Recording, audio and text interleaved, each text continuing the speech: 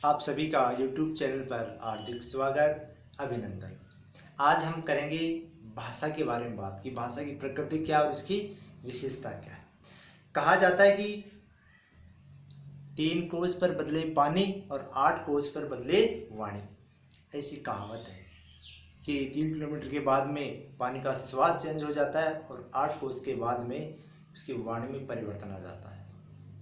हम कई बार छोटे छोटे गांव में देखते हैं, उनके बोलने का लहजा अलग है, ठीक है। जो शहर में रहते हैं उनका अलग है, गांव में भी अलग अलग छोटे छोटे गांव होते हैं, उनमें भिन्नताएं होती है। तो भाषा का स्वरूप ही ऐसा है। तो भाषा में से कौन कौन सी विशेषताएं हैं जो एक भाषा को समृद्ध बनाती है, तो आज हम उसी बिंदु पर बात करते हैं। देखिए, भाषा सामाजिक प्रक्रिया है। हम जानते हैं कि बालक का जन्म होता है तो किसी भी प्रकार की भाषा जन्मजात लेकर के नहीं आता है। बालक अपने समाज में जैसी भाषा बोली जाती है उसी भाषा का क्या करता है, अनुकरण करता है और अपने जीवन में उसी भाषा के अनुसार अपना कार्य व्यवहार को अंजाम देता है। दूसरी विशेषता, भाषा अर्जित संपत्ति है। भाषा हमें विरासत में नहीं मिलती है, भाषा हमें जन्मजात नहीं मिलती है, भाषा में गिफ्ट के रूप में नहीं मिलती है, भाषा मार्केट में नहीं मिलती है, भाषा एक किताब के रूप में नहीं मिलती है। हमें भाषा को अर्जित किया जाता है। बालक जैसे समाज में रहेगा, जैसी संस्कृति में रहेगा, जैसी वहाँ की भाषा बोली जाती है, उसको क्या करता है, अर्जन करता है, सीखना पड़ता है। जब बालक प्रारंभिक होता है तो ABCD उसको सिखाई जाती है। इसका मतलब क्या है कि भाषा को हम क्या कर सकते हैं, अर्जित करते हैं, ठीक। नंबर 3, भाषा अनुकरण के सिद्धांत पर आधारित है। अनुकरण का मतलब क्या है कि जिस परिवार में रहता है उस परिवार में उसके माता पिता कैसी भाषा बोलते हैं, अंग्रेजी बोलते हैं अंग्रेजी बोलेगा, हिंदी बोलते हैं हिंदी बोलेगा, मारवाड़ी बोलेगा तो मारवाड़ी बोलेगा। कहने का मतलब है आदिवासी बालक है, पहाड़ी इलाके में रहता है तो वहाँ पर जो भाषाएं बोली जाती हैं उसी प्रकार की भाषा बोलेगा। क्योंकि मनुष्य की प्रवृत्ति या एक जन्मजात सिद्धांत है कि बालक हो या कोई बड़ा व्यक्ति हो, अनुकरण के द्वारा ही सीखता है। क्लियर। अब बात करते हैं नंबर 4, भाषा की प्रकृति परिवर्तनशील होती है। भाषा का कोई स्थायी स्वरूप नहीं है कि जो आज भाषा के सिद्धांत बना दिए, नियम बना दिए, वो चिरकाल तक ऐसे चलेंगे, नहीं। जैसे हिंदी पहले कैसी बात, संस्कृत से हिंदी आई है, तो आज संस्कृत नहीं बोलते, हिंदी बोलते हैं, ठीक है। तो भाषा में परिवर्तन हुआ ना। कहने का मतलब है कि भाषा का स्थायी रूप नहीं होता, उसमें परिवर्तनशीलता आती रहती है। उनके शब्दों में, उनकी संरचना में परिवर्तन आता है, नए नए शब्दों का प्रयोग किया जाता है। जब हम हिंदी भाषा बोलते हैं तो हिंदी भाषा में अरबी, तुर्की, अंग्रेजी, जापानी, इटालियन, हर प्रकार के शब्दों का समावेश उस भाषा में आ जाता है। भाषा परंपरागत वस्तु है। परंपरागत का मतलब ये है कि भाषा को हम पीढ़ी दर पीढ़ी उस भाषा को सीखते आते हैं। जैसे हमारे दादा कैसी भाषा बोलते थे वैसे उसके बेटे बोल रहे हैं, ठीक है। उसके बाद में उसके आने वाली संतान भी इसी प्रकार की भाषा बोलेगी।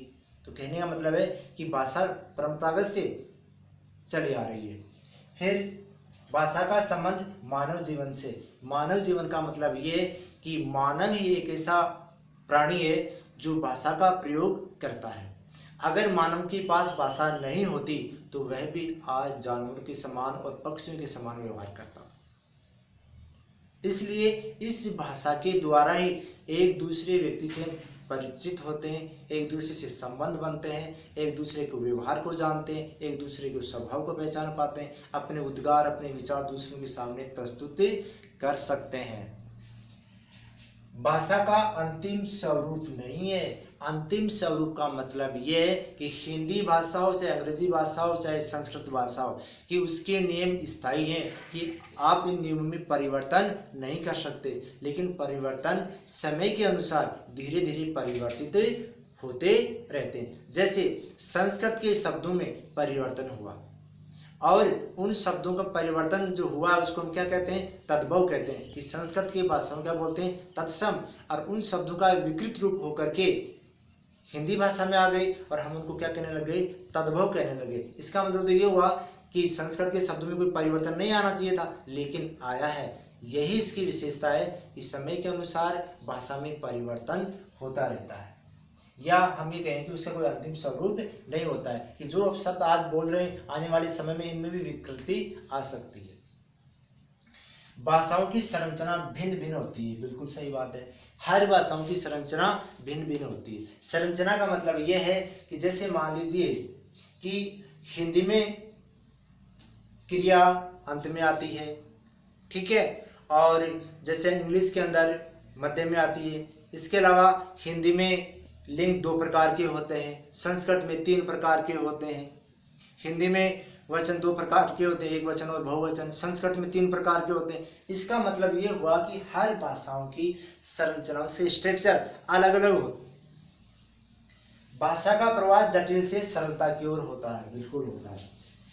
जब हमें प्रारंभ में किसी दूसरी भाषाओं को सीखते हैं तो हमें वो जटिल लगती है, हमें कठोर परिश्रम करना पड़ता है, और जब हम उसकी रूपरेखा को सीख जाते हैं, उसकी शब्दावली को सीख जाते हैं, तो वही भाषा क्या हो जाती है, सरल हो जाती है। जैसे कोई बालक अंग्रेजी भाषा सीखना चाहता है तो प्रारंभ में उसको शब्दावली सीखनी पड़ती है, ग्रामर सीखनी पड़ती है, और जब उनको अच्छी तरह से सीख जाता है तो वह भाषा उसके लिए क्या हो जाती है, आसान हो जाती है।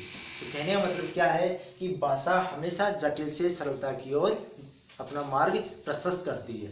कोई दूसरी जापानी सीखें तो जापानी क्या स्ट्रक्चर है, कौन से मीनिंग होते हैं, कैसा उसका उच्चारण है, कैसे लिखी जाती है, तो प्रारंभ में क्या आती है, जटिल लगती है हमें कि इसकी प्रोसेस बहुत बड़ी कठिन है, लेकिन जब उसको सीख जाते हैं तो वही भाषा क्या हो जाती है, आसान हो जाती है। ऐसे कहते हैं कि चीनी भाषा सबसे कठिन भाषा है, ठीक है, लेकिन जब प्रारंभ में हमने परिश्रम कर लिया, जटिल लगी, लेकिन सीखने के बाद हमें वो चीनी भाषा क्या बन गई, सरल बन गई। फिर है भाषा का मानक रूप होता है, कि जो भी केंद्र सरकार हो या जो संस्थाएं होती हैं वो इनका मानक रूप निर्धारित कर दी जाती है। मानक रूप का मतलब ये होता है कि जैसे मान लीजिए आजकल हम कोई शब्द लिखते हैं, जैसे आजकल पहले ऐसे हम बुद्धि शब्द देखते हैं ऐसे, ठीक है, तो आजकल इसका मानक रूप ये है कि आप इस प्रकार से बुद्धि शब्द को लिखेंगे, ठीक है, और पहले हम इस प्रकार से लिखते थे ऐसे, पहले प्रारूप ये था, लेकिन मानक रूप देने के लिए इस प्रकार के शब्दों को हटा दिया और आपको इस प्रकार के शब्द लिखने में वो क्या होगा, शुद्ध होगा, ठीक है।